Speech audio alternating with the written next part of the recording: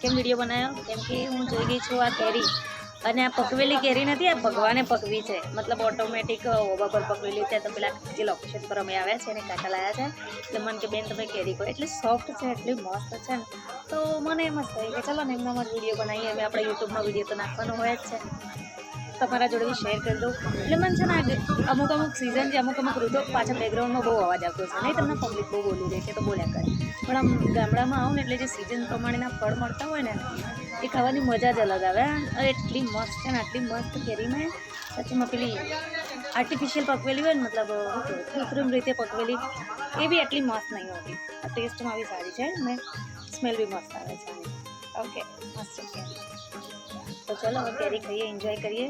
આ શોર્ટ્સ ફક્ત ખાલી આપણે યુટ્યુબમાં નાખવા માટે કેપ્ચર કર્યો છે.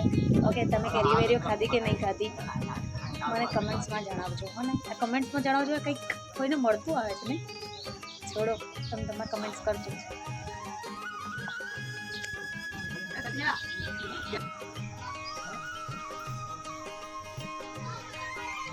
મસ્ત, એકદમ જોરદાર મસ્ત કેરી છે.